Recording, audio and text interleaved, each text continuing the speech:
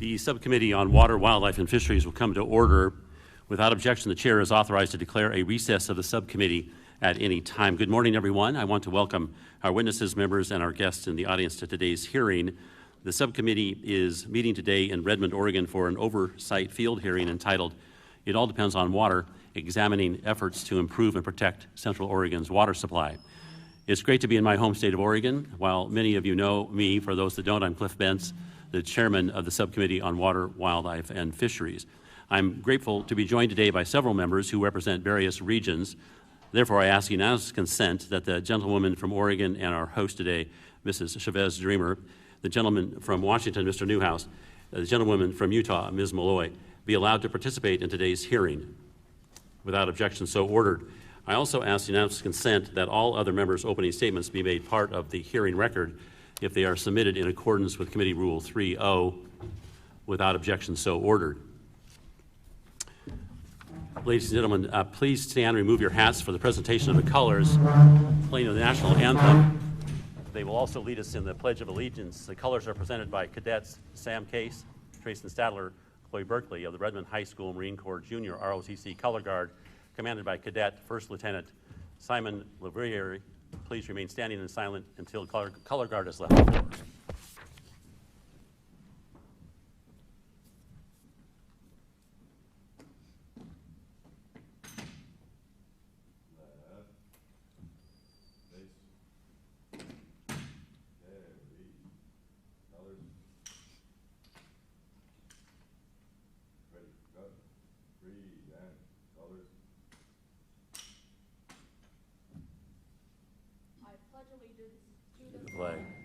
Of the United States of America, and to the republic for which it stands, one nation, under God, indivisible, with liberty and justice for all.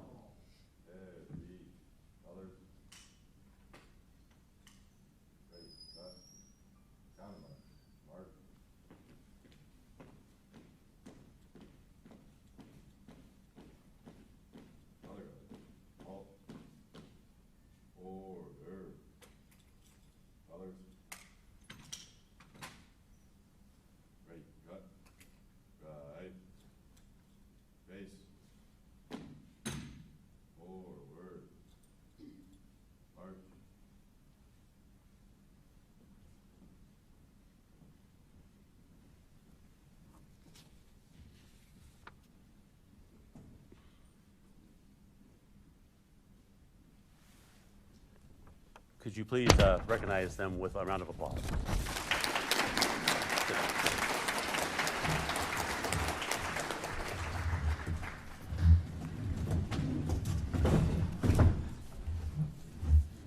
Thank all of you for being here. Congresswoman Chavez-Dreamer, as the congressional member representing this part of Oregon, has the distinct privilege of formally welcoming you to today's hearing. Yield to you, Congresswoman Chavez-Dreamer.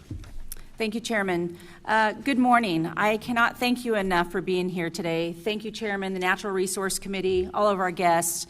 I represent Oregon's 5th Congressional District, which is inclusive of Redmond, Bend, Sun River, Sisters, and all the way from Portland as well. It is my distinct pleasure to be here today to welcome the Natural Resource Committee. I do want to take one moment and recognize a few of our guests in the audience. And today, Commissioner Tony DeBone, who will be testifying, thank you for being here.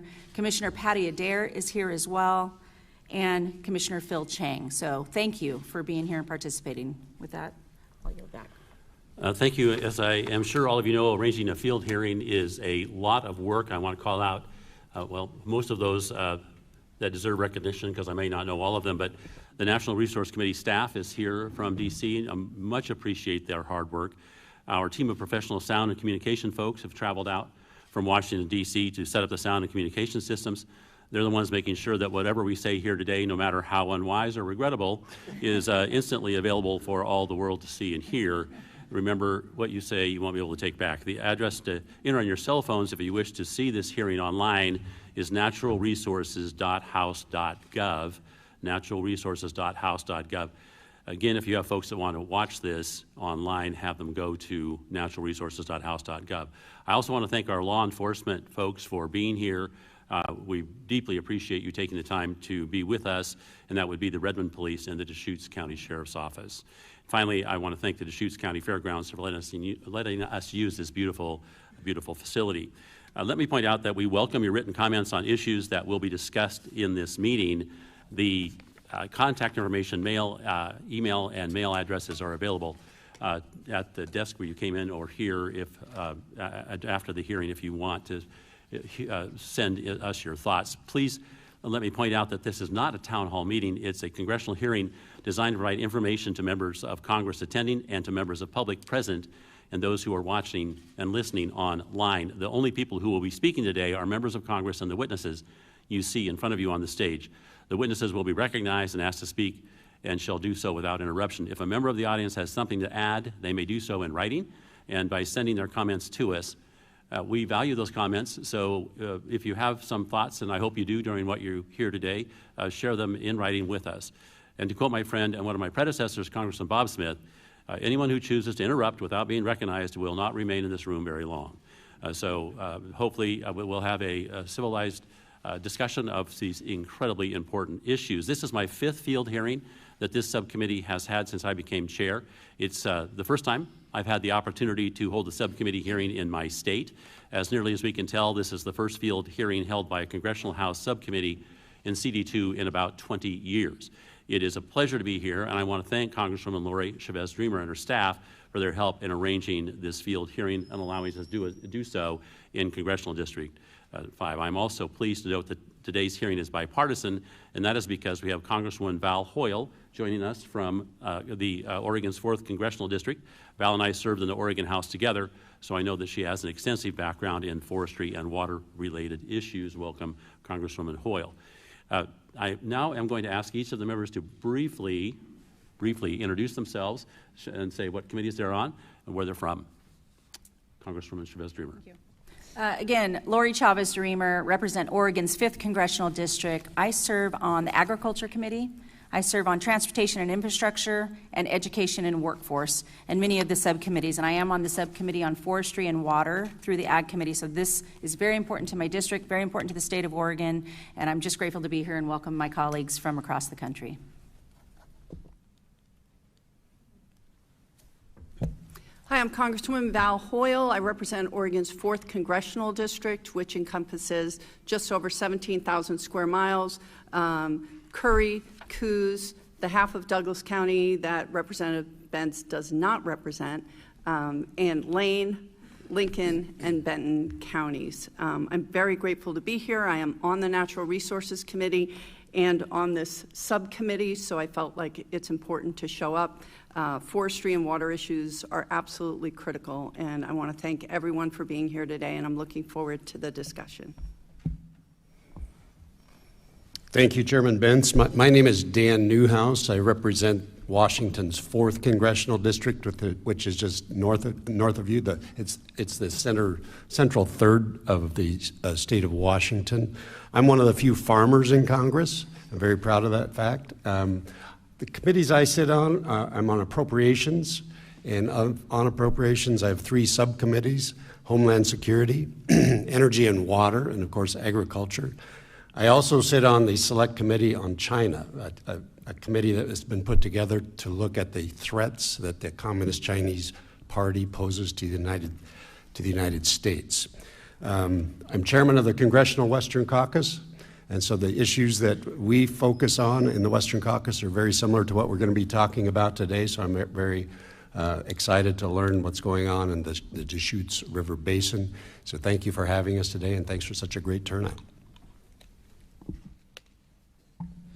Hi, I'm Celeste Malloy. I represent the 2nd District in Utah.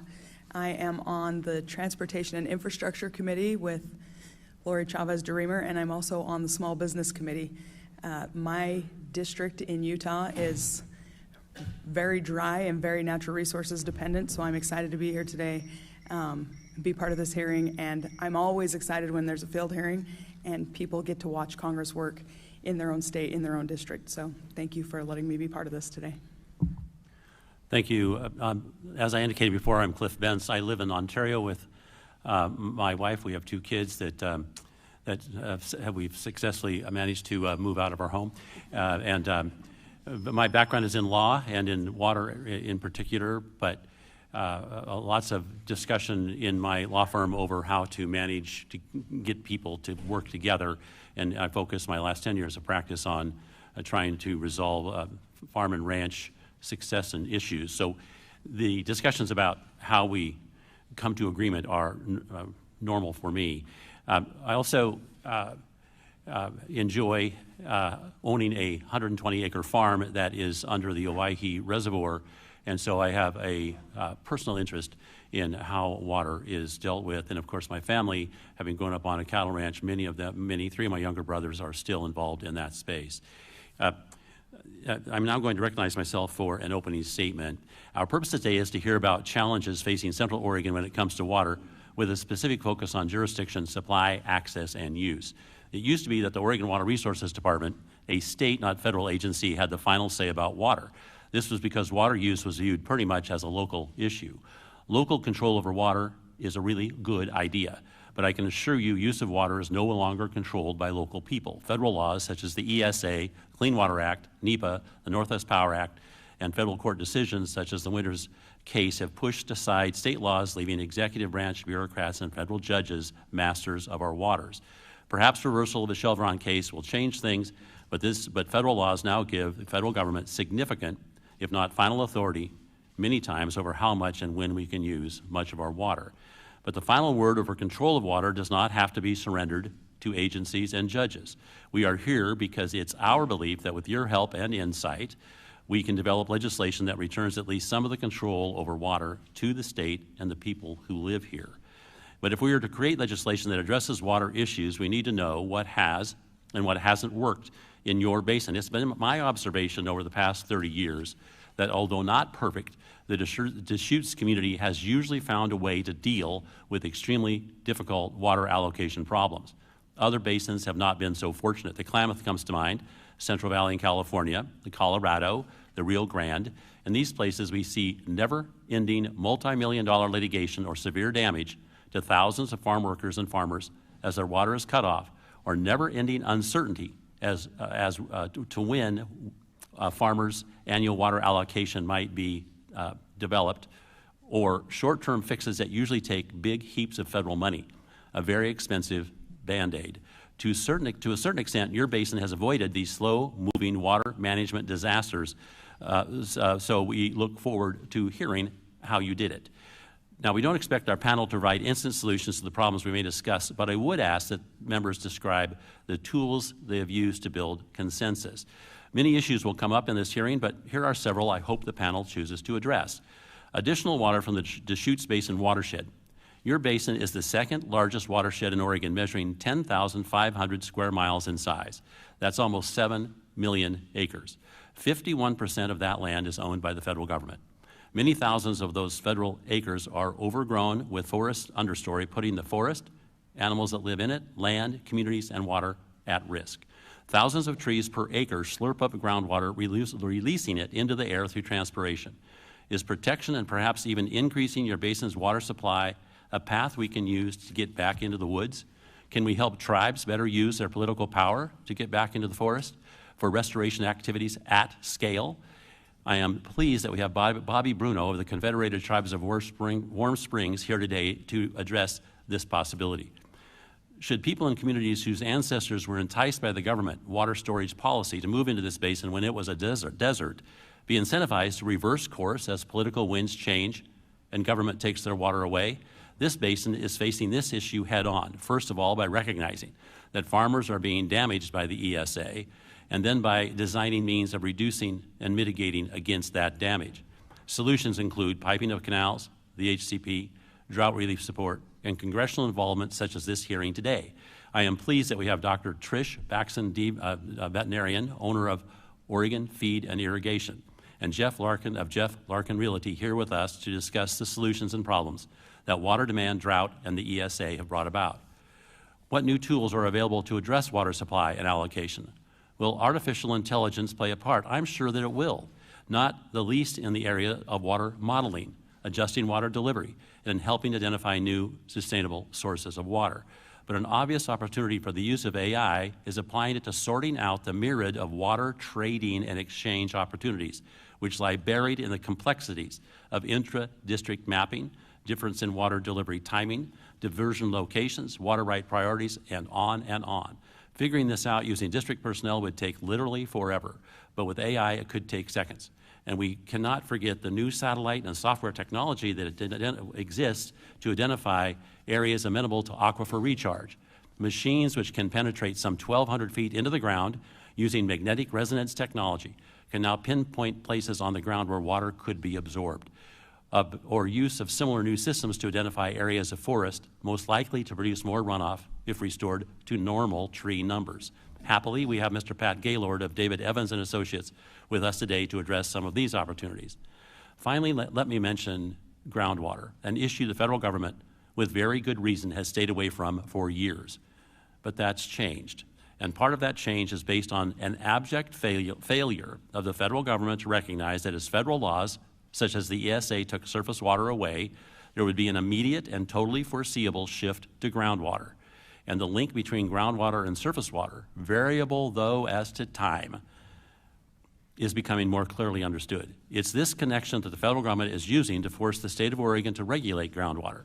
Indirect and non-local federal management of groundwater is not a good thing and is most certainly not a precise thing. The question is, will states step up to reassert their authority over their water? It's been sad to watch Oregon become an agent of the federal government and used to enforce the Endangered Species Act as to surface and groundwater down in the Klamath. Is this basin going to watch the same thing happen here? You should know that folks losing their house wells to dropping aquifers have been asking if the federal government shutting down groundwater use in Klamath to protect fish, then why doesn't the federal government act to protect domestic wells? I don't think that the federal government should be taking control over our groundwater, but the situation is complicated. We are fortunate to have Commissioner Tony DeBone here to help us discuss how Deschutes County is addressing these difficult issues of local versus federal authority. And I don't want to place all the burden on Commissioner DeBone. I want all the members of the panel to weigh in on these difficult issues. With that, I recognize Congresswoman Val Hoyle for a 5-minute opening statement. I think mine. I'm sorry. I recognize, then I take that back, and I recognize Congresswoman Chavez-Dreamer for an opening statement. I got you, Val. Thank you, Chairman Bentz. Hi, everyone. And again, thank you for being with us today in Redmond.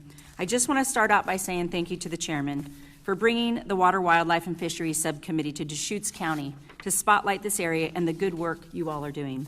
I also want to thank my colleagues, again, who have traveled from across the country to be here today because they also realize the value of collaboration and certainty in our community's water supply. Again, Celeste and Dan, my colleagues, thank you for traveling out of your states and into our state to recognize how important this issue is. And today we're going to talk about Central Oregon's current and future water supply. We are going to discuss the challenges that have hit this area that are not unfamiliar for our West Coast friends. Years-long droughts, wildfires, and changing climate have forced water users in our basin to be creative in their approach. This summer has been no different, with the most expensive fire season on record for Oregon and the eastern side of the state being hit the hardest. Deschutes County has unfortunately seen its fair share of devastation due to the Darlene 3 and the Little Lava fires. These events underscore the need for better land management and a strong workforce, two things I have been proud to advocate for and support in the bipartisan 2024 Farm Bill. The Farm Bill included provisions that will encourage active and healthy forest management to help reduce the risk of wildfire while still protecting the surrounding environment. And to do that management, we need a strong and dependable workforce. I am proud to say that my bipartisan bill, the Jobs in the Woods Act, was included in the Farm Bill and will help address labor shortages in the forestry and conservation sectors. I know just how important this work is because healthy forests contribute to healthy watersheds. Without that, your work as farmers, ranchers, and conservationists, and frankly, just those who care about the environment you live in, become much more difficult. Nevertheless, I am proud to say that the Deschutes Basin has been a poster child for effective collaboration. But before we dig into the collaborative work, I want to take a few steps back and talk about how we got here. Bend, Oregon, and the entirety of Deschutes County has seen rapid growth, nearly doubling in population in the last 20 years. However, with such rapid growth comes growing pains. This area has not been immune from the lack of affordable housing and skyrocketing costs, not to mention the challenges of accessing affordable childcare. Yet remarkably, water usage here has stayed nearly the same. While the outlook in the early 2000s was bleak, The basin has made tremendous progress thanks to the collaboration from unlikely sources. Many groups have come together realizing that negotiating a compromise is far more appealing than fighting it out in court for years on end. This basin has seen cooperation between farmers, conservationists, and municipal users, not to mention the partnership between those with senior and junior water rights. I believe in the work these groups are doing, which is why I introduced H.R. 8428, the Deschutes River Conservancy Act, which would reauthorize the DRC working group for the next 10 years. The DRC has brought together a diverse group of stakeholders, including those in agriculture, hydroelectric production, the environmental community, the tribal community, and the representation from our state and federal government. This collective group has found creative solutions to the growing demands for water without forcing one faction to suffer at the expense of others.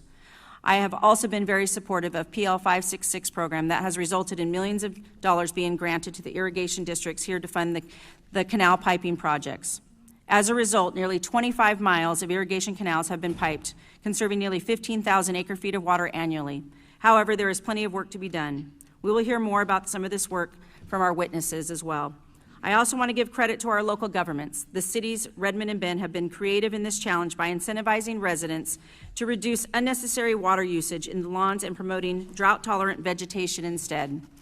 I don't need to remind you all how important water is for farming, for drinking, for wildlife habitat, for fighting wildfires, and for life, which is why I'm excited to have convened this hearing today and for us to dive into more solutions to protect our water supply here in Central Oregon and be a model for the West. And with that, I yield the remainder of my time, Mr. Chairman. Thank you. I'll now introduce our witnesses. Mr. Bobby Brunoe, Secretary-Treasurer, CEO of the Confederated Tribes of Warm Springs, in Warm Springs. Dr. Trish Backsen, farmer and owner of Oregon Feed and Irrigation at Redmond. Mr. Pat Gaylord, Oregon Director to the National Society of Professional Surveyors of the Professional Land Surveyors of Oregon in Tigard. Mr. Jeff Larkin, owner of the Jeff Larkin Realty in Redmond, and Mr. Anthony DeBone, Commissioner of Deschutes County in Bend. Let me remind the witnesses that under committee rules, you must limit your oral statements to 5 minutes, but your entire statement will appear in the hearing record. We use timing lights. When you begin, the light will turn green. When you have 1 minute remaining, the light will turn yellow. And at the end of 5 minutes, the light will turn red, and I'll ask you to please complete your statement.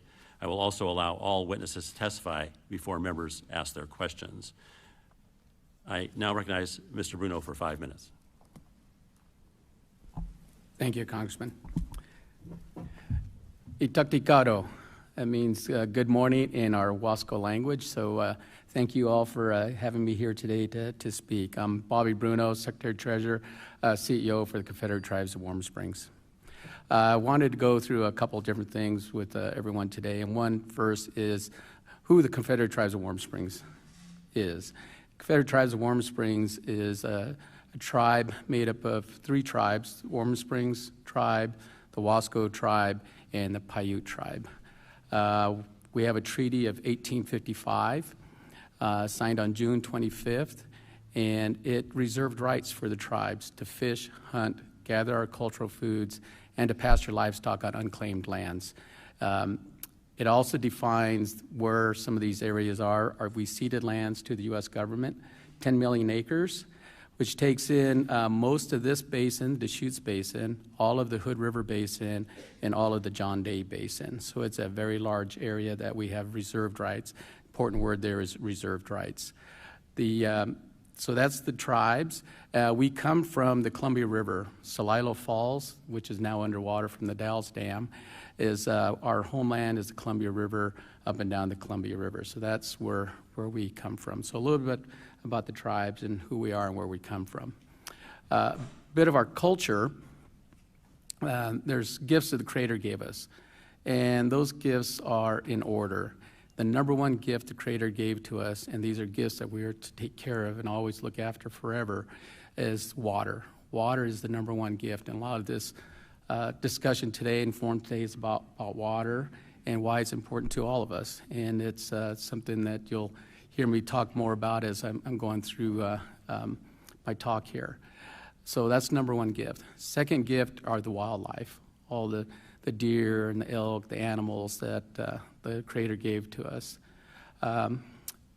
Second is the fish. And that's the salmon and all the fish in the river.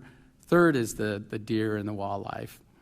And the fourth is our cultural foods, that being our roots and berries and medicinal plants. So these are in order for us: water, fish, wildlife, and then our traditional foods. So these are things that we're supposed to be looking at after, and working in natural resources all the years I have, these are something that's in our minds that we teach our people. We teach new people that come to work for us that are non-tribal how important these are to us, and we need to take care of these gifts. So a little bit about the tribes and our culture. Next is good neighbors and being good neighbors with everyone around us.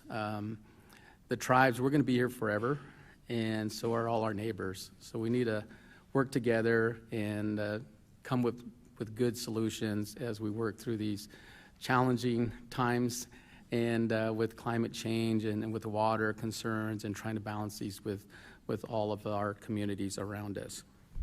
The tribes also own a hydroelectric project in partners with Portland General Electric. We are 49.9% owner of the project with Portland General Electric. So this is the Pelton project, which is 3 dams north of us here on the Deschutes River. And one of the reasons the tribes are very interested in partners in that is because of fish passage. We want to be able to see fish and the salmon get above and the dams. So collaboration, the Deschutes River Conservancy is a group that the tribes and the irrigation districts are charter members of and started back in 1996. And I start there because that was something we all worked on hard, and then there was the Water Collaborative, which is a group that I'm one of the co-chairs on right now. We work to balance water for our communities, for ags, the cities, the environmental groups, conservation groups, private citizens. We have private citizens that are part of this group, and it's a very, very important group that we worked with. And you've probably heard a little bit about the Water Collaborative and all the work that we're doing. And so that's a big piece. A lot of folks I see out in the audience, I recognize that are part of this group here, and we work really well together. And I believe we're a model for the basin and for the state. Forestry issues, there's a lot of challenges there. We have a lot of work that needs to be done. And with forest health, we have 3 forests that are against the boundaries of the reservation: Mount Hood, Willamette, and the Deschutes. And we always have challenges with fire. And so how do we work with things for the tribes, for Tribal Forest Protection Act, and being able to do good forest health work on those forests and working in these upper watersheds so we have good, clean water that we can capture with these meadow systems there. Thank you. Thank you, Mr. Brunoe. And I now recognize Dr. Backsen for 5 minutes. Thank you, Congresswoman Lori. Oh, sorry. Sorry about that. Thank you, Congresswoman Lori Chavez-DeRemer, Chairman Cliff Bentz, and all the other members of Congress for taking the time to hold this hearing here in Redmond. We appreciate your efforts to hear our concerns and to visit our beautiful community. My name is Trish Kettner-Backsen. I hold a BS in biology, a master's in education, and a doctorate in veterinary medicine. I am also a board member of Perfect Balance USA, a nonprofit whose mission is to promote environmentally friendly agriculture. My husband and I own small businesses in Central Oregon focused on ag, which employ around 40 members of our community. One of our key businesses, Haystack Farm and Feed, based in Culver, produces livestock, horse, poultry, rabbit feed, and our famous horse treats, which we distribute across the Northwest and well into other states.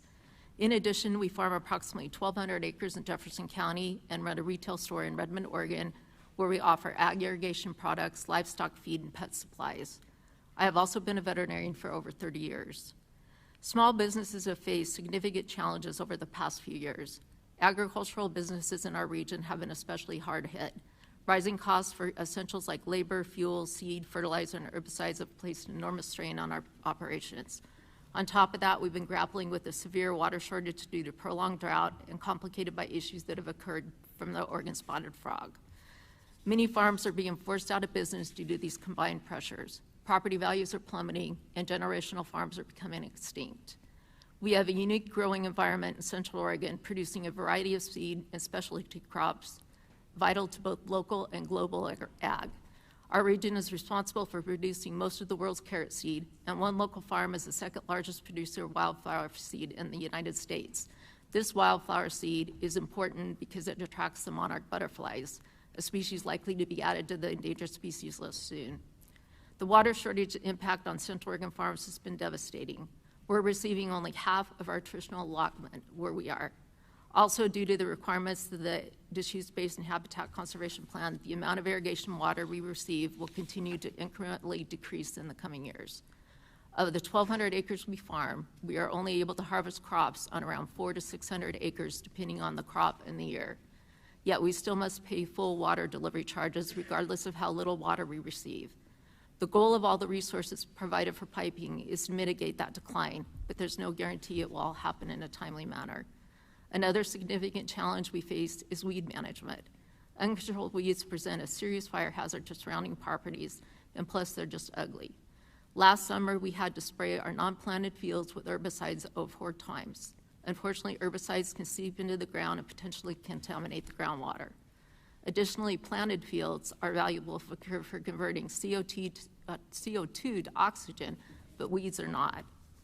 Historically, we've sourced most of the ingredients for our animal feeds as local as possible. However, we've been forced to look beyond Central Oregon, often turning to other regions of the state and out of state to meet the needs of our feed mill. We are grateful to Representatives Chavez Dreamer and Cliff Bunce for their efforts in securing resources to help mitigate the water crisis we are facing. Several federal projects are currently underway to improve the efficiency of our water delivery systems and to conserve as much water as possible. The local irrigation districts have put in a tremendous amount of work towards this goal, and some areas have already seen progress with the installation of pipelines. Unfortunately, the process of piping is costly and can lead to lawsuits from people that are opposed to it, and also takes a significant amount of time. Many local farmers cannot afford to wait and are facing the real possibility of losing their livelihoods before these solutions are fully implemented. Remember, no water, no farmers, no food. Water challenges in Central Oregon are not only impacting agriculture, our region has become a popular tourist destination due to its incredible scenery, outdoor rec, and great weather. The influx of new residents and tourists place even more pressure on our resources, especially water and our infrastructure. I want to thank again Representatives Chavez Dreamer and Bunce and the entire congressional delegation here today for your attention to these critical issues. We all share the goal of enduring long-term viability of our farms, businesses, and communities. I appreciate your efforts in helping us achieve that goal. Thank you for your time. Thank you, Dr. Backsen. I now recognize Mr. Gaylord for 5 minutes.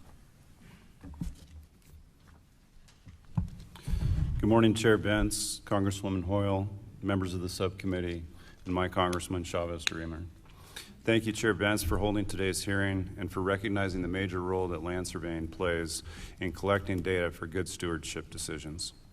My name is Pat Gaylord. I'm an Oregon State University graduate with a Bachelor of Science in Forest Engineering. I'm a second-generation Oregon land surveyor holding licenses in Oregon, Washington, and Idaho, and I'm a certified federal surveyor. As a lifelong Oregonian who with a passion for working and playing in the outdoors, I'm honored to be here today to testify as a member of the Professional Land Surveyors of Oregon and as the Oregon Director to the National Society of Professional Surveyors. I'm currently the Surveying and Geomatics Service Excellence Leader for David Evans & Associates, which is a multidisciplinary firm founded in 1976 and headquartered in Portland, Oregon. Surveying is no longer limited to determining legal borders of a piece of property, preparing legal descriptions, or creating plats. You might say, what the heck is geomatics? Geomatics refers to the methods and sophisticated technologies used to collect and present all types of geographic data. Geomatics does include the traditional land surveying, as well as geodesy, GIS, GPS, hydrography, mapping, photogrammetry, and remote sensing. The reason I'm here today is that the data generated by this profession is critical to managers and policymakers when assessing the conditions of the landscape. Surveyors want to be a key partner in providing this high-quality data. With regards to water quality, this data provides the complex information needed for planning and design of critical systems for fish and wildlife, as well as humans. The USGS 3D Elevation Program, 3DEP, and the more recent 3D Hydrography Program, 3DHP, are the baseline of the data needed for these decisions. The future of these programs will bring them together into the 3D National Topography Model, or 3D NTM, which will revolutionize the way we make decisions for both the built and the natural environment. Adding a comprehensive land ownership data set, such as what can be provided by implementation of the FLAIR Act, is critical to determining stakeholders, partners, and strategies. Optimally, the USGS views 3DEP to be funded at $146 million annually. USGS is on pace to achieve 100% national coverage by the end of fiscal year 26. On May 1, 2024, 30 bipartisan members of the House sent a letter to their colleagues in the House Appropriations Committee requesting robust funding for USGS 3DEP in fiscal year 25.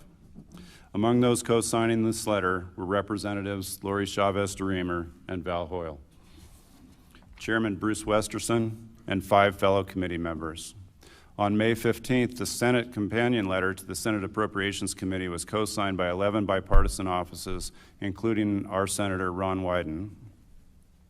As an example of the potential offered by the future 3D NTM program for the evaluation of the Deschutes watershed, David Evans and Associates recently completed a project on the Toutle River in Washington for the Army Corps of Engineers Portland District. In this project, DEA provided data to develop, evaluate, and select concepts to improve fish passage at the existing Toutle River fish collection facility in Southwest Washington.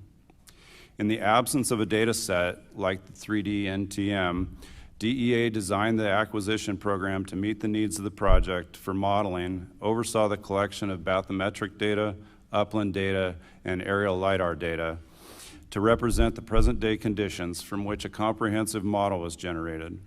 A subset of the survey data will also be used by the Army Corps of Engineers to build a fluid dynamics model to evaluate the local conditions at the tail race near the fish ladder entrance.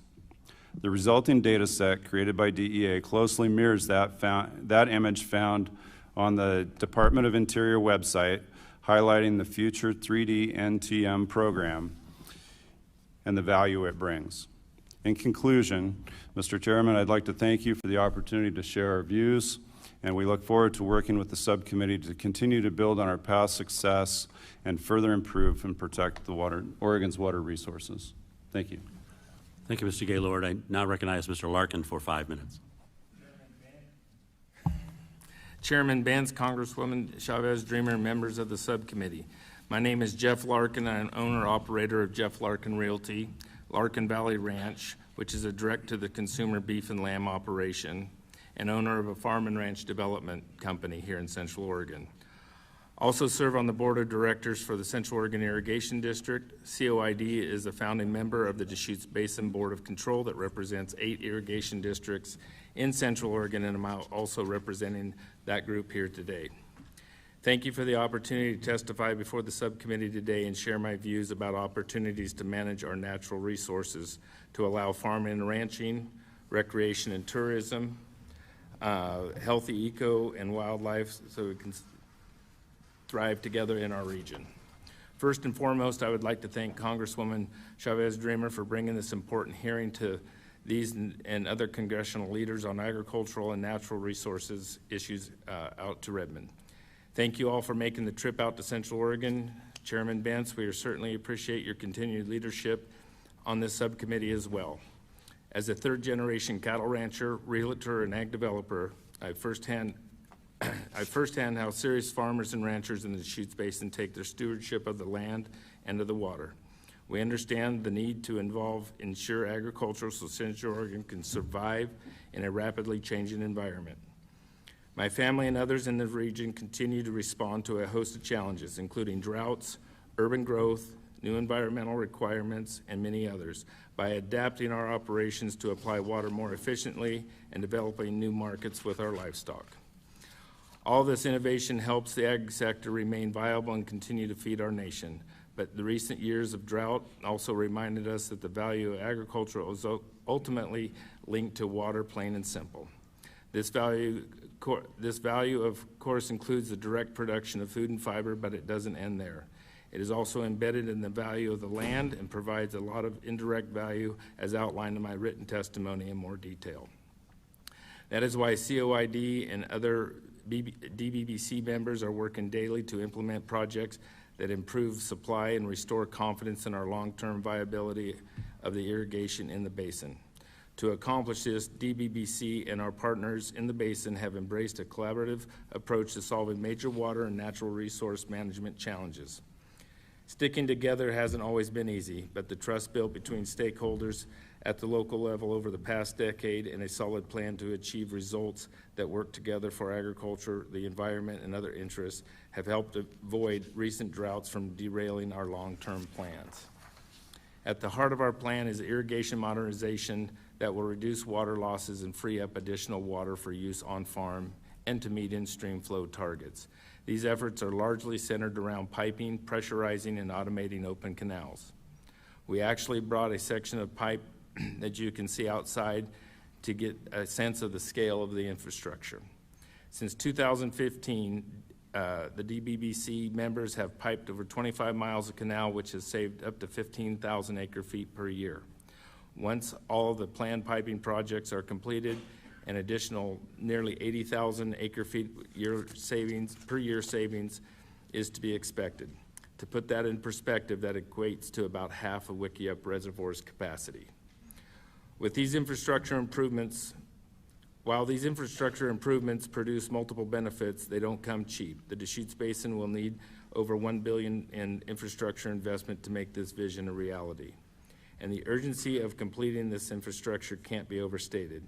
HCP mandated winter releases are only 5 years from tripling, and without significant progress on the improvements, it will be crippling to our farms and ranches. We hear from farmers and ranchers from across the basin about how recent drought and uncertainty about the future water reliability weigh on their decisions for continuing to operate. It is critical that we rapidly implement planned projects to ensure these producers know there is a reliable water supply for a long term. Without this path to survivability, I have no doubt we will watch our basin continue to lose farmland.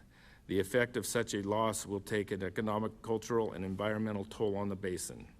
My written testimony includes a discussion about federal programs and policy that are key to the efforts.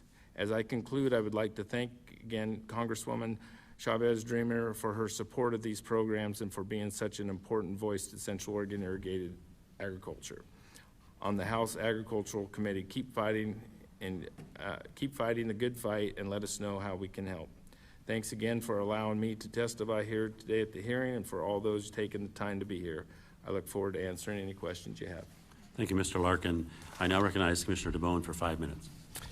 Thank you very much, and good morning to Chair Bentz and Congresswoman Chavez-Dreamer and Hoyle and out-of-state representatives. Thank you very much for joining us today. Thank you for conducting this field hearing in our community. I am Deschutes County Commissioner Tony DeBone. I live in southern Deschutes County, about 45 miles south of here. The Deschutes River flows from south to north all the way to the Columbia River and then out to the Pacific Ocean. On October 2nd of this year, Deschutes County, we just adopted the Deschutes County 2040 Comprehensive Plan. This is a 20-year vision document with goals and objectives pertaining to the conservation and development of the lands outside of our 4 incorporated cities of Bend, Redmond, Sisters, and Lapine. And we have a population of just over 200,000 and growing. Quoting from our comp plan, the Deschutes River and its tributaries serve as the region's surface water resources. Surface water rights in the upper Deschutes Basin are fully allocated, meaning no new surface water rights can be issued. Approximately 86% of the basin water rights are associated with agriculture, 12% associated with in-stream uses, and 2% associated with municipal uses. I'm going to read from our goals in the water section in here. So goal 5.1, support regional comprehensive water management solutions that balance the diverse needs of water users and recognize Oregon water law. Goal 5.2, increase water efficiency and conservation efforts among all users, including homeowners and businesses. Goal 5.3, maintain and enhance a healthy ecosystem in the Deschutes River Basin. Goal 5.4, maintaining and enhance fish and riparian-dependent wildlife habitat. And Goal 5.5, coordinate land use and water policies to address management and allocation of water in Deschutes County. As I say, this is from our published comprehensive plan from last week. Water is the resource that gives life to people living here. In the upper Deschutes Basin, from Crescent Lake in northern Klamath County that feeds the Little Deschutes River to Spring River and Fall River, and they all merge to the main Deschutes River. Flowing water is an asset for all of us. Recreationally, these rivers are used for floating and boating in the summer in southern Deschutes County, by Sun River to the Middle Deschutes River and Bend and beyond. We all love these rivers. As commissioners, we support these ongoing efforts, water conservation efforts funded by the USDA Natural Resources Conservation Service that are helping pipe the Central Oregon's irrigation canals. Central Oregon Cities Organization's effort to conserve water while meeting their legal responsibilities to prepare and plan for growth, and also efforts to improve on-farm irrigation efficiency measures. Now for a few project ideas. A future project that I support is the City of Bend providing reuse water from their wastewater processing plant to the North Unit Irrigation District. There is about 14,000 acre-feet of Class A processed and sterilized water available. The State Department of Environmental Quality owns this issue, but this committee may be able to help move that along. Walking in the room today, a couple folks were talking topics, and it came up low-cost, firm power from our hydro systems. We really appreciate that here. And then also, water is serious business. Residential wells do go dry. We are in a dry period, and acknowledging that and managing the future is very important for everyone. So thank you very much for conducting this hearing in our home, right here in Redmond, at the Deschutes County Fairgrounds. Thank you, Commissioner. I want to thank the witnesses for their testimony. I'll now recognize members for 5 minutes each for questions. We'll begin with Congresswoman Hoyle. You're recognized for 5 minutes. Thank you. I have a comment, then questions. We do need our communities, tribes, the federal government at the table if we want to seriously address Oregon's water, drought, and wildfire challenges. We've gotten it wrong before by excluding key voices on issues like salmon restoration. Those mistakes have impacted more than just fish. Getting tribes, the federal government, the timber industry, local communities to work together is hard, but it's absolutely necessary. And we're failing at our current approach, and everyone here can see that. Congress must act, and that will require bipartisan collaboration and compromise. I would like to give kudos to House Natural Resources Chairman Bruce Westerman, the only trained forester in Congress, and Congressman Scott Peters for their bipartisan leadership on and work on H.R. 8790, the Fix Our Forest Act.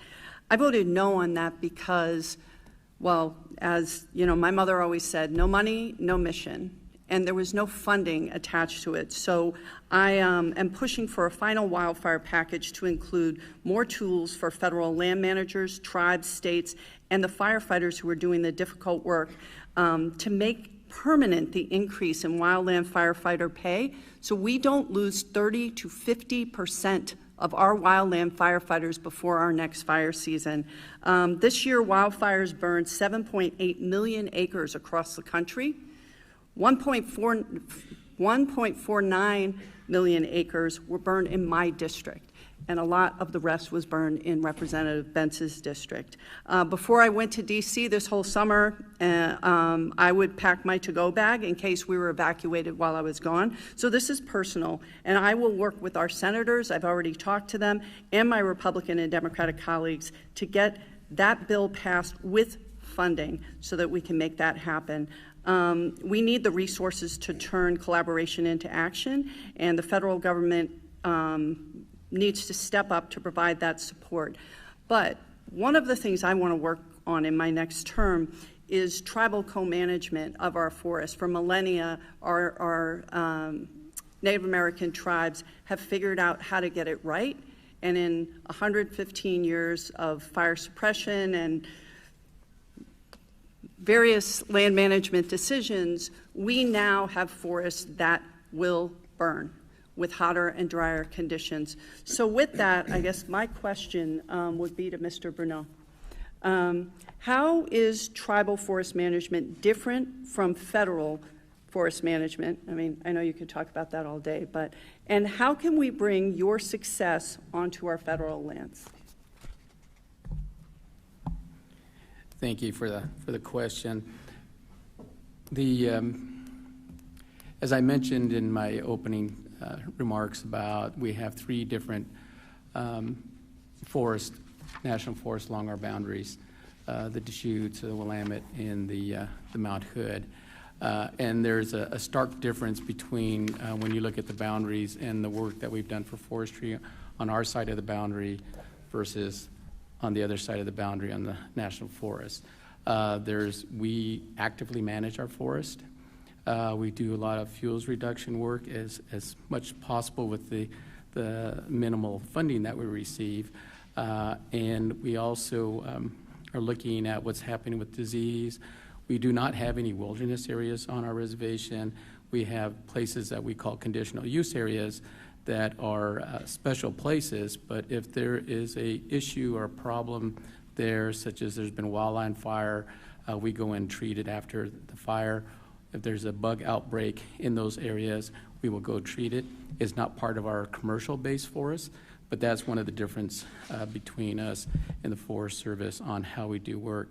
We also need more funding for our programs. We are woefully funded compared to the Forest Service and to the BLM and in comparison, and that's in the written testimony. You'll see that later. And we really need some help there to be able to do more of this good work that we're trying to do and complete and trying to do more prescribed fire. But again, it's just really a lack of funding. But we do manage all of our forests and try to maintain it as best we can. And this year has been a record year for wildland fire, and we've been lucky not to get so many fires on our forest. We have 444,000 acres is our forest land base. We were hit with a bunch of lightning, but perhaps because of our forest management, we didn't get the large fires such as other places.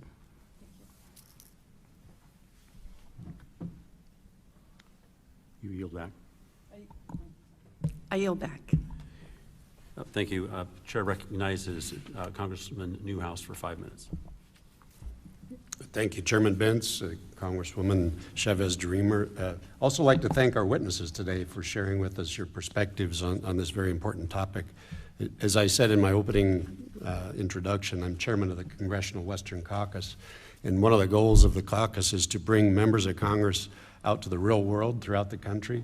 So I particularly appreciate being here in Oregon and talk firsthand to people and listen to what the concerns are, the challenges, and then in turn, what my hope is that we can bring what we learned today back to Washington, D.C. and help our colleagues there make better decisions as it relates to what's important to people out here. So, as I said, also, I'm a farmer. I understand how critical water is to agriculture, certainly throughout the arid West.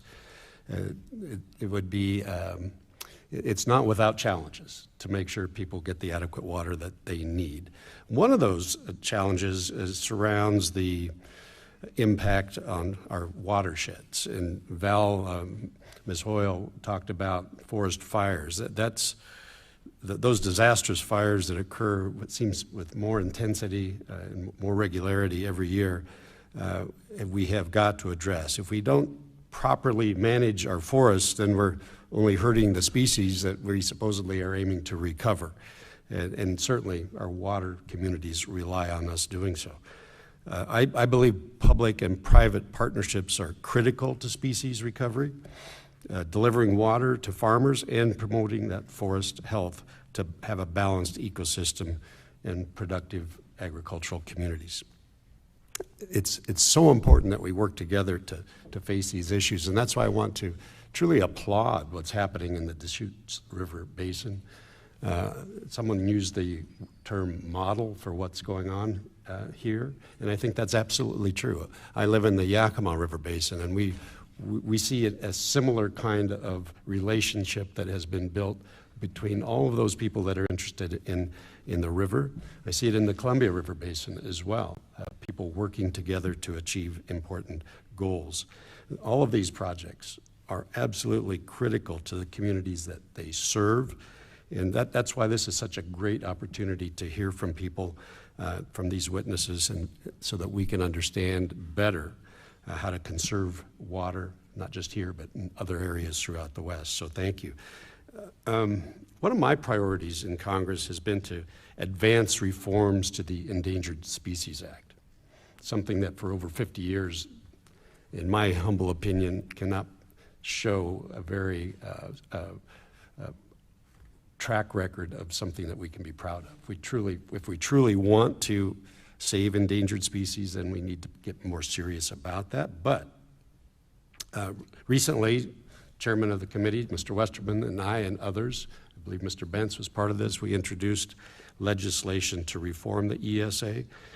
And so around that, Mr. Larkin, if I could, I'd like to hear more from you about the issues that you faced as it relates to water and conservation, and particularly this spotted frog that I keep hearing about. And plus now that I guess there's other species, maybe there's a mussel also that it's included in some of the work that's being done. So if you could expound on some of the challenges you faced and what you're doing there. Yeah, thank you. Our challenge, yes, we have these species. We've had the spotted frog for a lot of years. It's something in our real estate world that we've had to actually disclose the impact that it does have on water and property, to let the person or the investor kind of know some of those challenges and stuff.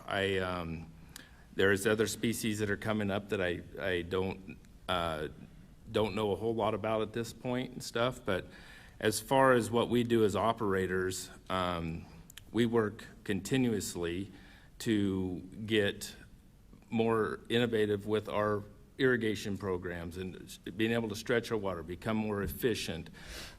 We work on different forages, and we plant different forages to kind of help offset that, because the water is being being affected by all of this, but I think that there is a harmony that we can reach with everything into consideration, and doing the work that DBBC is doing and stuff like that, I think is, and conserving this water and doing more piping and stuff, I think is going to play a major role in helping us get through some of those challenges. But it's an ongoing, everyday deal that we as ranchers and operators fight. Good. Well, thank you. Again, appreciate you guys all being here and sharing with us. Unfortunately, 5 minutes goes by very, very quickly. Mr. Chairman, yield back. Chair recognizes Congresswoman Chavez-Droomer for 5 minutes. Thank you, Chairman. Dr. Backsen, thank you again for being here today. It's great to see you. I really appreciate you detailing the creative approaches you have taken as a small business owner and as a farmer to address the water shortages. So my question for you is, from your perspective, is there anything else that the federal government could do to help other farms and small business owners like yourself mitigate those drought challenges? I think I'd like to go back to a lot of this was caused by the Endangered Species Act. I think that needs to be addressed by federal government. The rate that they've taken endangered species off the Endangered Species Act is 4%.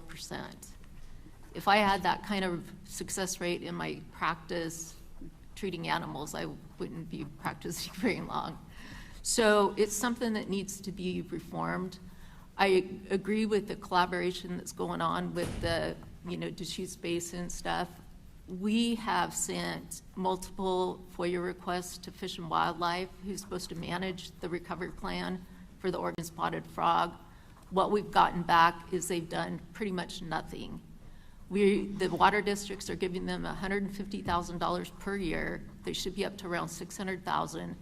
And our last FOIA request at the end of 2023, they'd only spent around $50,000. The bullfrog eats the spotted frog. The bullfrog lays 20,000 eggs a year. the spotted frog lays 600.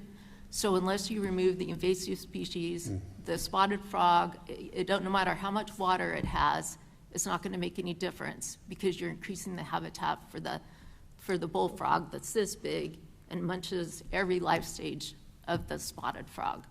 So I think the collaboration is wonderful, but it's not working. And I mean, it's great to come out there, but we've got federal agencies that are not managing it. They won't tell us what their frog counts are. In 2022, they didn't even count the frog masses because there was snow up there, which we're releasing water in the wintertime, and that water should be stored in the reservoir. And the other fact is, a lot of the science, we have biologists that are working with us, a lot of the science I don't think is right. And hopefully with the new Chevron Deference Act, that can be readdressed. Our biologists are like, maybe the irrigation that we've put since the 1940s has actually preserved that population of spotted frogs. It's disappeared along the rest of the state. So, like I said, we need more efficiency of the Fish and Wildlife who aren't doing their job, or at least they're not given any public information. We're just going along. North Unit is really heavily affected, which is where our farm ground is. Those farmers are devastated. There's enough water for everything, but their premise is if we don't get rid of the invasive species, the spotted frog is going to be gone.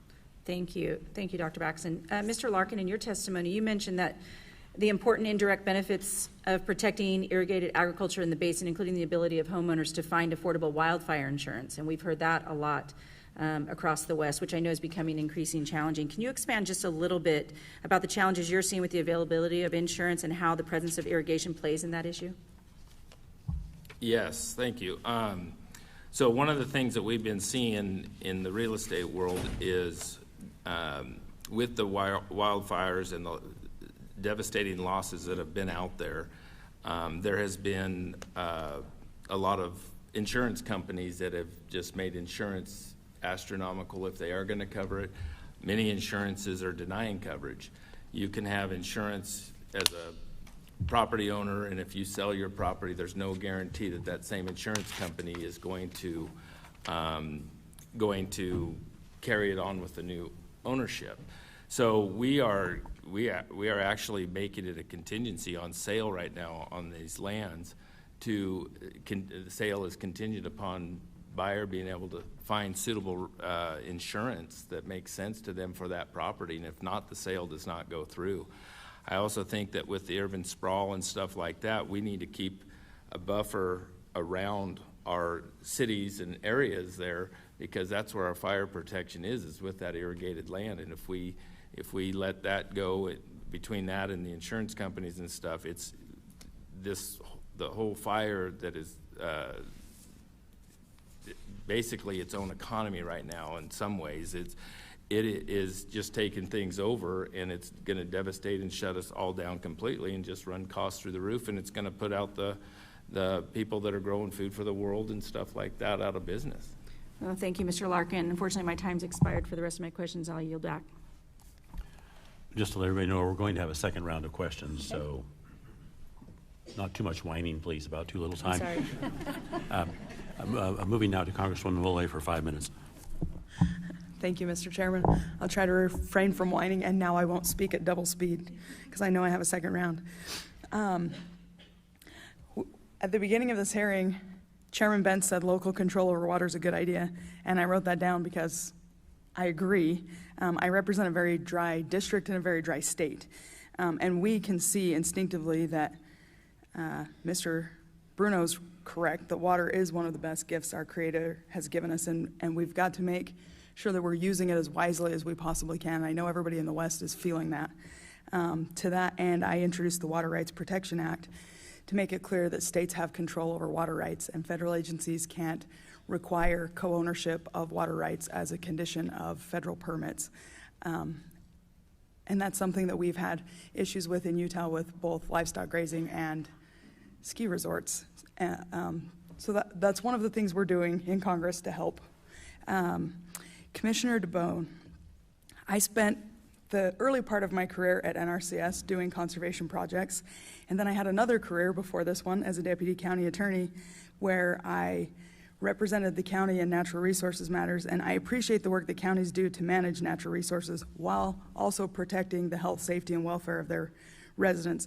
You laid out 5 clear goals that your county has articulated, and I recognize, having worked at the state, county, and now federal level, that a lot of times the federal government is an impediment to you being able to achieve those goals. In a post-Chevron world, where the court has said that agencies are not due the deference they've had for the last 40 years, what impediments can we help remove so that you can achieve those goals? Thank you for the question. So this is the state of Oregon. We've got a statewide land use planning system. It's been about 50 years now. We're working through this process. There's a clear delineation between kind of the land use authority, the application process, the approvals that happen at our desk, and then water is managed by the state. So I don't come to a specific ask as you answer that question, but just the domain we live in here. The history of the partnership, the Deschutes River Conservancy from 1996, the Endangered Species Act was talked about all those years.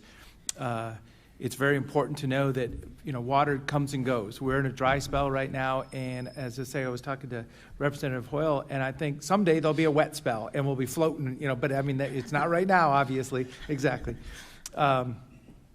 So empowering the state to really be, clear and decisive and responsive to water needs and water collaboration efforts that we do at our local level is probably the most valuable thing we can do right now. Thank you. Thank you. Dr. Backsen, I was listening to your testimony, and what I heard you saying is that local businesses have been hit hard by inflation and regulation, and those are both things that we have some responsibility for. The good news, Congresswoman Chavez DeRemer and I co-led the FREE Act, which simplifies and streamlines federal permitting to try to remove one of those impediments. I've been part of this, again, at multiple levels, where getting a permit from the federal government sometimes takes years, and years cost money. Projects get more expensive, and you're paying for all of the process of getting the permit.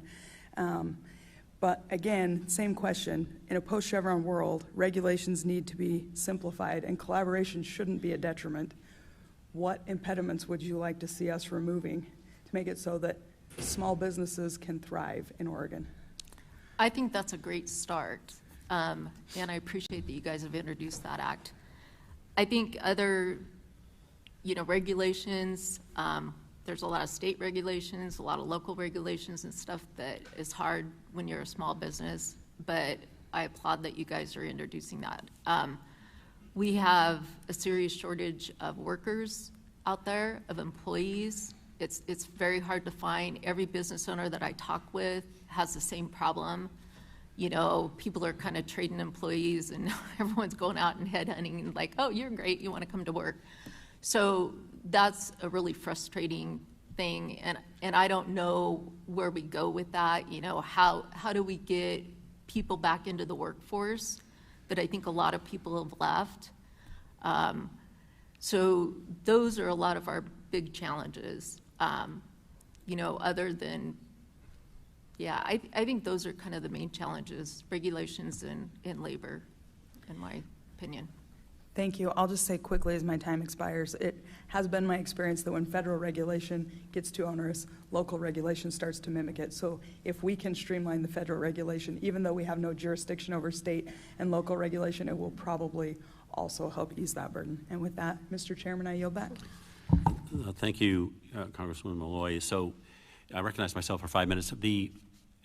I had occasion to travel 4 times now down to the Central Valley in California. Who has not taken the type of steps they probably should have and probably regret not taking when it comes to accessing our groundwater. The valley is settling in some places 40 feet, and that is because the groundwater has been exhausted in those spaces. So there's no doubt, though, that the local community has to stand up and try to do something, but when it means putting your livelihood at risk, it's very hard to do that. Doctor, is it your thought? You mentioned collaboratives have a place where you try to get the local community together, but you then said it doesn't seem to be working, and you identified the U.S. Fish and Wildlife as the problem when it comes to the frog. Are there other federal agencies that you would want to call out while you have Congress sitting here, a portion of it, that you, this is your chance, so who else? Uh-oh, am I going to be on a hit list? You're on camera. Hope not. Yeah, so right now, I think our biggest frustration is with Fish and Wildlife because they are the ones that are in control of managing the endangered species. And, you know, one frustrating thing that I'm seeing about that too is, you know, we look back years ago when the spotted frog was an issue and, you know, logging got decimated in this state. And now I just read where the Fish and Wildlife are putting out a hit on like over 500,000 barred owls because they found out that the barred owls were killing the spotted frog. The spotted owl. Or spotted owl, sorry. And they're probably killing the spotted frog Probably. too because they get munched by everything. So I really think right now the big impediment is that, and they don't seem like they're moving forward at all. To me, I would expect to find numbers every year of how many bullfrogs they've gone in there and got rid of, how many invasive species of grass like the reedgrass, and what are the counts. You know, this is year 4, it started in 2020. It's year 4 that the farmers, especially in Jefferson County, are not growing crops and are going out of business. And why aren't we seeing the results of that? Okay, so because I have seen in the 4 years almost that I've been in Congress, lots and lots of talk and very little action. What I try to do in situations like this is say, fine, we will write the letter. I'm sure Good. that this group will, more to the point, you write the letter, get it to us, and we'll tinker with it a bit, and then we'll send it. So there's an action item for you. So I'm going to move away from you now to Mr. Larkin. Mr. Larkin, the land use laws that the commissioner mentioned impose restrictions on what the land can be used for once you take the water away from it.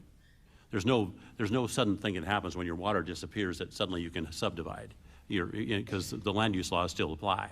So in a lot of ways, I'm not suggesting that subdivision is the answer at all, but what I'm suggesting is that there doesn't seem to be a response at the state level that protects you guys either. So not that I'm trying to avoid responsibility, but is there, do you have suggestions that you would make right now today to people at the state level to try to help address what you see happening in your real estate business? Because I'm guessing that as water is diminished, then these properties go up for sale at dramatically reduced values because they don't have water. So what would you ask be done to help people out, if anything, at the land use level statewide? I think from the state side of things, I think that they're, just going about it a lot more carefully, doing a lot more studying. But I think density comes and plays a role in expansion of the urban growth boundaries and the urban holding areas and stuff like that. As we bring that ground in, because we're growing leaps and bounds. We have a huge housing shortage, not only in our area, but also across the nation and stuff.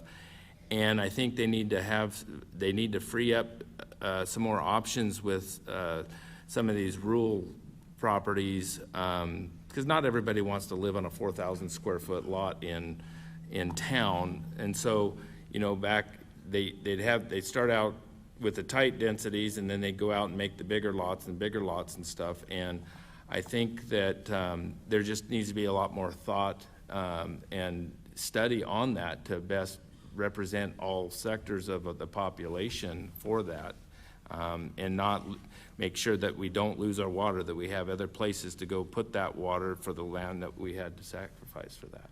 Thank you. My time is up, so I recognize Congresswoman Hoyle for 5 minutes.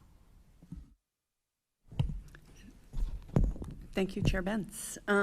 I have had the good fortune of working with Representative Bentz since 2009 in one capacity or another. And although we are in different parties and have different ideas many times on how to get somewhere, we both really want what's best for our districts. And again, we're really devastated by wildfires over the past few years. And in talking with him, about how do we approach something that can be bipartisan, can get done. What he pointed out as a lawyer focused on water is how devastating these fires that are burning hotter and larger are affecting our aquifer and our water table, because they're actually baking the ground. So it really is all connected. And, you know, Dr. Backsen, when you talked about workforce, again, workforce is something I've focused on for my entire career.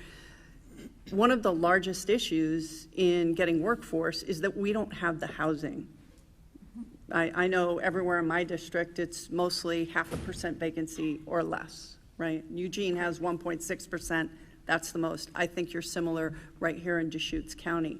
But when we're building housing, we have to figure out how to build housing in places where there's enough water and where it's not going to burn. And so all of this is really connected, and we can no longer approach things in the sort of timber wars philosophy of cut, don't cut, you know, initial attack, non-initial attack, which brings me back to Mr. Brunoe again. I want to ask you, how do you see the relationship between forest health and water quality, and how can Congress better support tribal involvement in forest and water management? Because again, it's all connected, and I really do think that our tribal nations are an important part of this path out of our issue. Thank you for the question, and listening to conversation here, it got me thinking about forest health and having functioning systems in healthy watersheds, and having functioning meadow systems, again, that are capturing water, storing it, and beneficially releasing that water, healthy wetlands, and having those functional to help capture waters. And that water being captured would not only be for surface water, but also for groundwater. So we have a lot of systems that are not real healthy right now, and we need to do a lot of restoration work to restore those functionality of those systems in our forest. And I always think about the upper watersheds, and that's we don't tend to focus there as much as we used to. And I think we need to do a lot more work there. Thank you. And then very briefly, Mr. Brunoe, tribes have worked closely with various stakeholders on water management. What are some of the key lessons, really quickly, learned from this collaboration that could be applied to other basins? We've been at this for a while now, since the 90s. The collaborative had started after the water summit between the state and the tribes as co-managers on water and other resources, and having everybody at the table and listening to their views and trying to understand those and trying to move forward in balancing these needs of all that you've heard today between the communities. The water in the rivers for fish, for us, is very important for the tribes, and is having this open dialogue with each other. We may not always agree, but we always are still at the table with each other, working with each other, listening to each other, and trying to move forward with good solutions, and developing strategies that can help us into the future, and coming up with creative ideas and being able to move forward with that. So I really enjoy working with the collaborative and all the folks that are participate in it, and I think we're making some headway, maybe not as fast as we would like at times, but moving things forward in a good trend. Thank you for your leadership, and I yield back. Thank you. Chair recognizes Congressman Newhouse for 5 minutes. Thank you, Mr. Bentz, Mr. Chairman. Certainly, being in the state of Washington, I'm used to hearing a lot about minimum stream flows for fish. It's an important part of management. And now we're hearing more about minimum stream flows for frogs as well. A little bit different twist there. Mr. Bentz touched on this when he talked about the value of the land without water. I'd just like to hear a little bit about what potentially the future of the river basin looks like without the proper management that's necessary to accomplish the goals that you've set out, and what the future looks like for the irrigators in the region. Anybody would like to touch on that? Dr. Backsen, Mr. Larkin, perhaps, or whoever would like to, or County Commissioner? I'd love to touch on that. It's pretty sad. At least down in, Jefferson County, we're also talking about regulations. Down there, you cannot subdivide your farmland less than 80 acres. So there's not even a way to take, if you have a 300-acre thing, there's not a way to put houses on that or break it down and subdivide it if you can't use it. Basically, you have empty ground that's just full of weeds, it's brown, it's not accomplishing anything. One suggestion that I think funding should be done for is to reduce the junipers along the rivers and in lands. I know that they're doing this out like in Primeville, Paulina, stuff like that. Junipers are kind of like weeds. If you ever look at pictures of like Bend and the area from years ago, there are very few juniper trees. So they're like weeds, and when they catch fire, they just explode. So if those can be removed, they drink 40 to 50 gallons a day of water. By removing some of those and considering those an invasive species and keeping the other trees, the pines, the other trees, and keeping them healthy would be really good. I think the other thing is Oregon, and I don't know if this is federal or state, when we have a fire, they don't go in and clean out any of the debris. When you drive over the mountain, it is awful. It's just burnt stuff. Instead of allowing the loggers to come in, take that out, so we can get a new ecosystem, so we can get new plants, we can get new trees growing there. It's just left to rot. And I don't think that's good for the environment. It's not good for the wildlife and good for the other species and the plants and stuff that are in that area. Or provide kindling for the next fire. You're right. Yeah.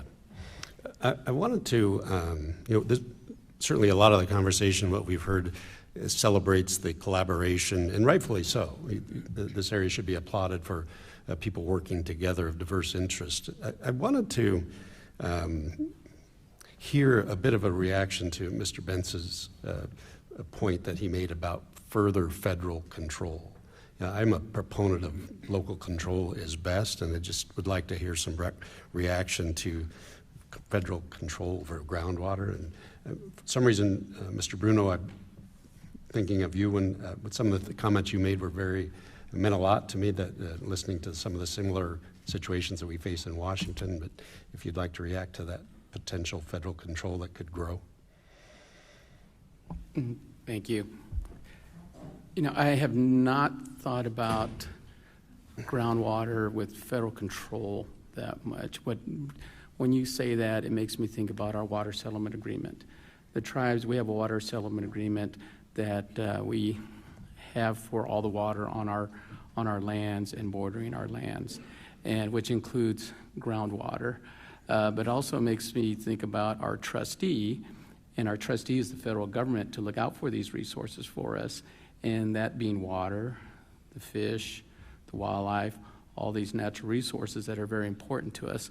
So I'd have to think about that some more on the groundwater and federal, but that's where my mind went to when you asked that question. It made me immediately think about our water settlement agreement, and part of our job is looking out for that water settlement agreement, that it's not affected by others using water in the basin that could create injury on our water. And we are the oldest water right holder in the Deschutes Basin. Time immemorial is our water right.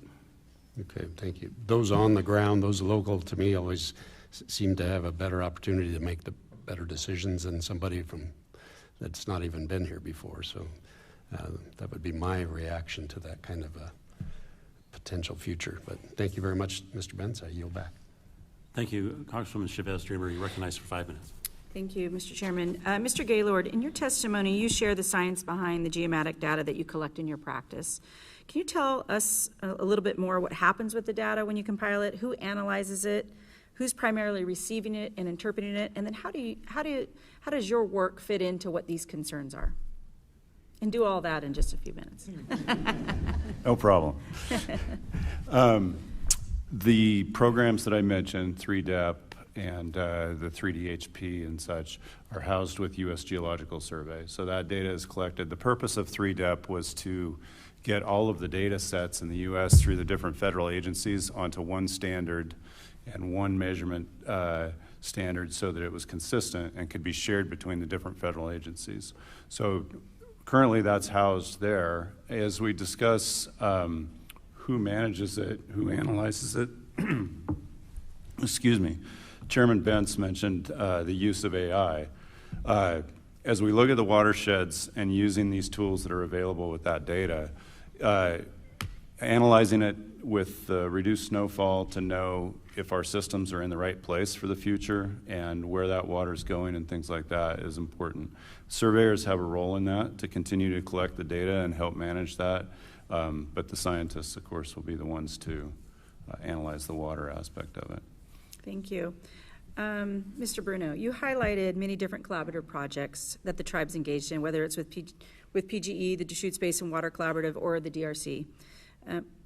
It was kind of asked what you see as your next opportunity for the tribe to be innovative in its water and infrastructure space, but even going further than that, who are you missing in the mix, and who do you wish was at the table?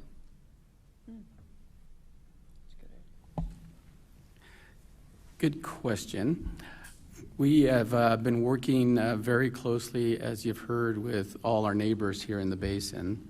One of the groups that we work with is the state of Oregon, because they're a co-manager, and we've been talking to them regularly about their strategic plan that we support and moving forward on what that may look like into the future. The other side right now that is we like to engage more in is on the federal side with their water policy folks to work with us, and we have not quite completely identified who that might be. It'd probably be somewhere in Interior and working with the water policy folks there and engaging them more than we have in the past. To follow up with that, anybody missing at the local level?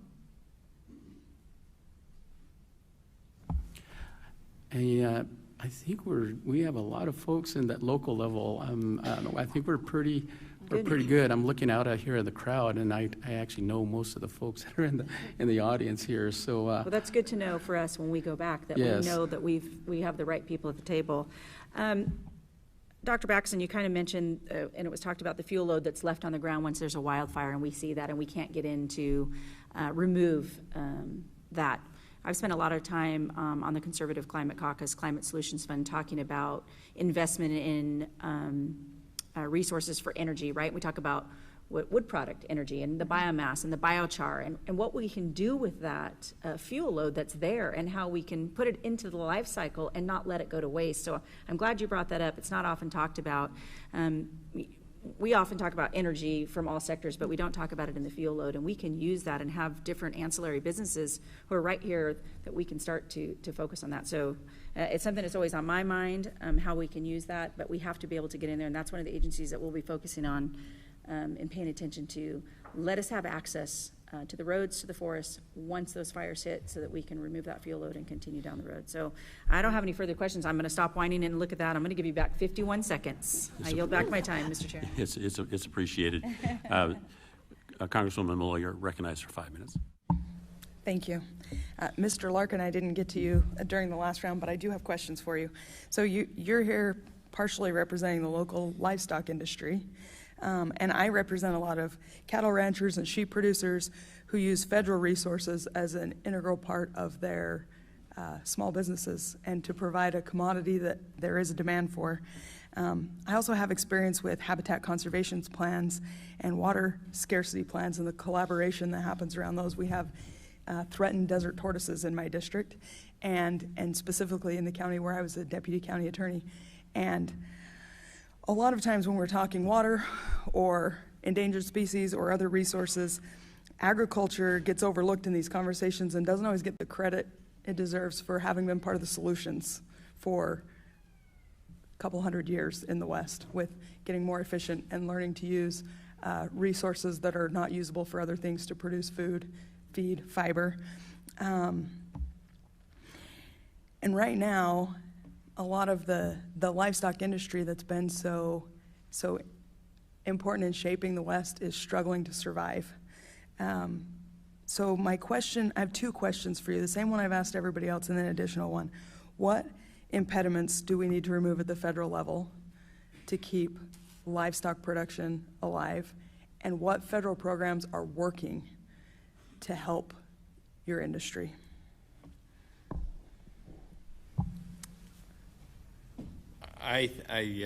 That's a tough one because as a rancher, producer and stuff like that, I don't rely a whole lot on the federal government to make ends meet for me. So I feel a lot of times we are alone in this battle. And so I think that,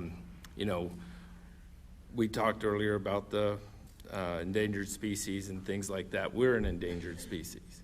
And we need to be made known that, without us, it's not going to happen. With the wildfires, they're burning up our grazing land. They're burning up our pastures. The devastation on the cattle inventory in Oregon alone. At one point during the summer, there was 1,600 head of cattle lost because of the fires. And there's, we don't see any of that relief. I think that there's programs in place for that, but we were raised that, something happens, you go get it taken care of and get back on the horse and do it yourself. Yeah. And so I would like to be more supported, I guess, as a producer. I think all the farmers in this basin would like to be more supported as well.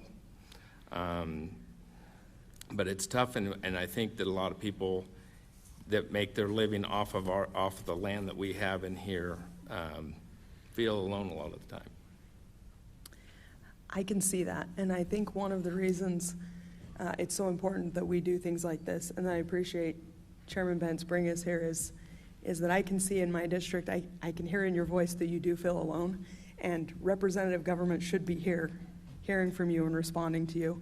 So thank you for being willing to sit here and talk to us about what you're up against. We've kind of gotten used to the fact that the federal government regulates the water we drink, the air we breathe, the food we eat, the cars we drive, the roads we drive on, and we need to wield that very lightly and make sure that we're actually serving the people we represent. So thank you for being willing to share. And for all of you, that question stays open. If you wake up at 3 o'clock in the morning and think, oh, I should have said this, you can reach out to me. I have a website. I'm easy to find. You look like you have something to say. Go ahead. One thing that comes to mind is meat processing, protein processing. State of Oregon has some USDA certified processors for retail sale, but it hasn't scaled up. And obviously this may not even be in your domain at this committee, but national and international conglomerates doing meat processing. And Oregon would just be an opportunity to add to the capacity, either USDA processing, and I know the state of Oregon is working on a state processing also. So this is for retail sale because we have custom also. So I always, when I talk to farmers, they talk about that. Thank you. And Mr. Brunoe, I'm almost out of time, but so this isn't going to be a question. I'm just going to really quickly say, I also believe that those who live closest to the systems and understand them best should have a voice in these conversations, and that's one of the things that I'm always fighting for my constituents. So thank you for sharing that perspective. I'm out of time, but any of you who think of something you wish I'd have asked can reach out when this hearing's over, and with that, I yield back. Thank you. Chair recognizes himself for 5 minutes. Thomas, can you put up that slide? There it is. Okay.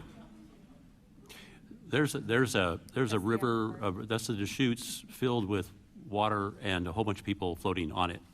I've driven by that I don't know how many times over the years and marveled at the fact that it seems that amount of water has been increasing, and in fact it has, thanks to a lot of sacrifice and work by a lot of people in this valley. Commissioner,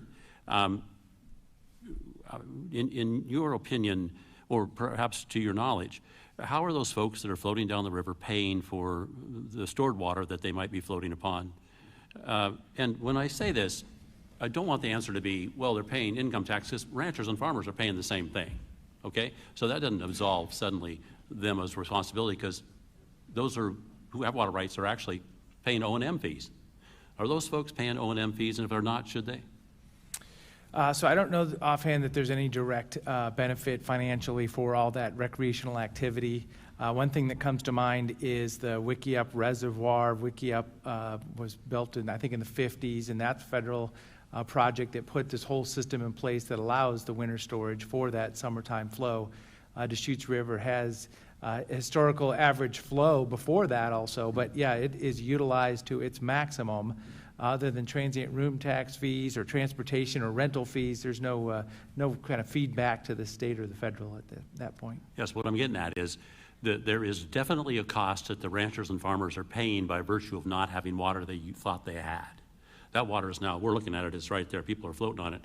Are those who are using the water now helping pay for the infrastructure it takes to provide it? That's really my question. Because I guarantee you, the O&M I pay as a patron of the Owyhee Irrigation District, I'd be irked if suddenly the water was taken away and left in the stream and other people were using it without paying for it. So that's what I'm getting at. Should they? And if so, are you asking or suggesting that we up here do something about it? Well, no, actually, I'd rather have you, as the county level, raise their fees. Yeah, but, you know. raise their fees. But feel free to answer it in 10 seconds. Go ahead. As I say, that's an amenity that's just natural here. People utilize it all the time. Diversions are happening just north of that probably. So it's amazing. That is a high flow area, and then the diversions to the irrigation districts are right after that also. So it's an interesting topic. I don't have an answer right now. An experienced answer. Let me move to Mr. Brunoe. Mr. Brunoe, I understand your concern when it comes to how the federal level control comes into play, but we heard from the doctor that it's not working particularly well when it comes to U.S. Fish and Wildlife's failure to report what they're actually doing, and in fact, whether they're actually doing anything. That's our fear about federal control from people who are removed from the situation and not paying attention and not particularly accountable. That's why federal control, as opposed to local control, is bad. Because local control means I can run down to Commissioner DeBone's office, I can yell at him, he's there, right there he is. It's more difficult with federal agencies. My question to you is, are you thinking, which I'm gonna guess that you are, is that there's got to be some balance. You can't be all federal all the time. That's not gonna work. There's got to be some balance with local being involved and listened to, and that's, I think, missing from the current situation. What's your thought on that? Yeah, place-based is important, that everybody be heard, and what each of our groups think that from the local level on what needs to be done. And that's something I know in the collaborative we talk about. It's also something that the state advocates, place-based as part of their policy, in understanding that the locals have control of what they want to see happen with their resource. And forgive me for cutting you off. We're down to a few seconds. I would just say I'm extraordinarily familiar with place-based planning, and it's one thing to do the planning, it's quite another to be in control of it. And so, to me, we probably need to do a little more work in that space. My last question, I'm not sure which of you to ask it, but Abraham Lincoln said that all political change is driven by public opinion. Doctor, I'm going to pick on you. What, in your opinion, is the most meaningful, weighty message that we could share with our constituents regarding needs of this basin? What is the thing that's going to grab their attention and say, hey, we need to be watching what's going on with water?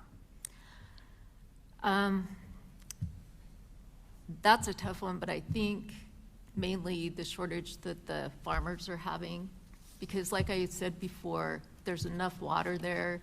It's a great plan, and it's great to put things locally, but I don't really think anything has been done from that. And so if we don't get stuff actually done, and it's been 4 years in, and one question that, Tony mentioned too is Wickiup Reservoir. Well, by the time that this HCP is gonna end, there isn't going to be water at Wickiup Reservoir. It's usually used to store water through the winter and to provide that to Jefferson County in the summer and fall. That is going to also decimate the population of frogs up around Wickiup, and it's not going to be there any longer. So we are increasingly going to have to let more water out of that reservoir, to go into the river, and it's not going to be utilized by the farmers. And we can see that coming. I want to thank the witnesses for their testimony and the members for the questions. Members of the committee may have some additional questions for witnesses, and we will ask you to respond to these in writing. Under Committee Rule 3, members of the committee must submit questions to the subcommittee clerk by 5 o'clock p.m. Eastern on Friday, October 11th. The hearing record will be held open for 10 business days for these responses. If there's no further business, without objection, the subcommittee stands adjourned. Thank you.